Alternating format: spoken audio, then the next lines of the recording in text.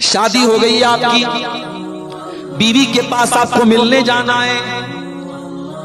ہو سکتا ہے یہ ٹاپک دنیا کے لیے بہت عجیب و غریب ٹاپک ہو، اس ٹاپک پر بات کرنا ہے گناہ مانا جاتا ہو، لیکن اسلام اس ٹاپک پر بھی بات کرتا ہے.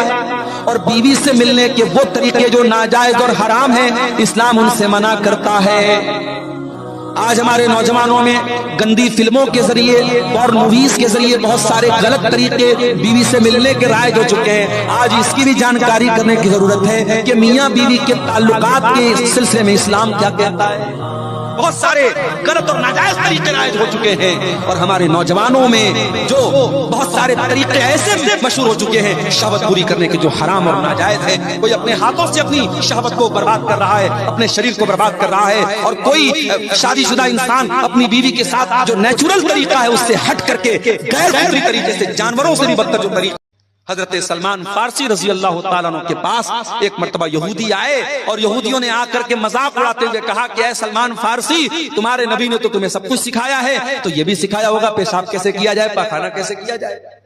کہا کہ ہاں اے یہودیو، ہمارے نبی نے پیشاب اور پاخانہ کرنے کا طریقہ بھی ہم کو بتایا ہے. امرنا اللہ نستقبل القبلۃ ولا نستدبرها، ہمارے نبی نے ہمیں حکم دیا ہے جب استنجا کرنے بیٹھے تو قبلہ کی طرف پچھم کی طرف نہ چہرہ کریں نہ پیٹھ کریں. اور ہمارے نبی نے ہم کو منع کیا کہ 3 سے کم ڈھیلے کے ذریعے استنجا نہ کریں، اور ہمارے نبی نے منع کیا کہ ہم گوبر یا ہڈی سے استنجا نہ کریں. یہ 3 حکم ہمارے نبی نے تو ہمیں پیشاب اور پاخانہ کرنے کا دیا ہے. گویا یہودی تو مذاق اڑانے کے لیے آئے تھے، مگر سلمان فارسی نے جواب دے دیا کہ اے یہودیو، تم صحیح کہہ رہے ہو، ہمارے نبی نے ہمارے لیے کوئی چیز نہیں چھوڑی، ہمارے نبی نے ہمیں پیشاب اور پاخانہ کرنے کا طریقہ بھی ہم کو بتایا. لقد خلقنا الانسان فی کبد، ہم نے انسان کو پریشانیوں میں، مشقتوں میں، تکلیفوں میں پیدا کیا ہے. انسان اس دنیا میں اگر زندہ رہے گا تو تکلیفیں دیکھے گا، پریشانیاں دیکھے گا. ایسا نہیں ہو سکتا ہے کہ انسان زندہ بھی رہے اور دنیا میں رہے اور پریشانیاں نہ دیکھے.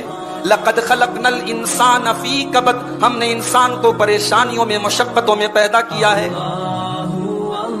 دوسرے مقام پر اللہ نے فرمایا وَأَنَّهُ هُوَ أَضْحَكَ وَأَبْكَى، اللہ ہی کی ذات ہے جو بندوں کو ہنساتی بھی ہے، اور اللہ ہی کی ذات ہے جو بندوں کو رلاتی بھی ہے. خوشی کے ساتھ دنیا میں ہزاروں غم بھی ہوتے ہیں، کہیں بجتی ہے شہنائی، کہیں ماتم بھی ہوتے ہیں. اس کائنات میں دکھوں کا، غموں کا، ٹینشن کا، پریشانیوں کا بڑا طویل سلسلہ ہے میرے بھائی. کیا اللہ کے نبیوں پر پریشانی نہیں آئی؟ کیا اللہ کے رسولوں پر غم کے پہاڑ نہیں ٹوٹے؟ ایک ایسی عورت کا واقعہ سناتا ہوں جس عورت کو اللہ کے نبی نے جنت میں دیکھا. بخاری کی روایت، اللہ کے نبی کہتے ہیں رأیتنی فی الجنہ فاذا انا بالرمیساء امرأۃ ابی طلحہ، میں جنت میں گیا اور میں نے جنت میں رمیسا کو دیکھا. بچی پیدا ہو تو یہ نام رکھو، بہت پیارا نام ہے رمیسا. کس کا نام ہے؟ یہ حضرت ابو طلحہ کی بیوی کا نام ہے جن کا نام ام سلیم تھا.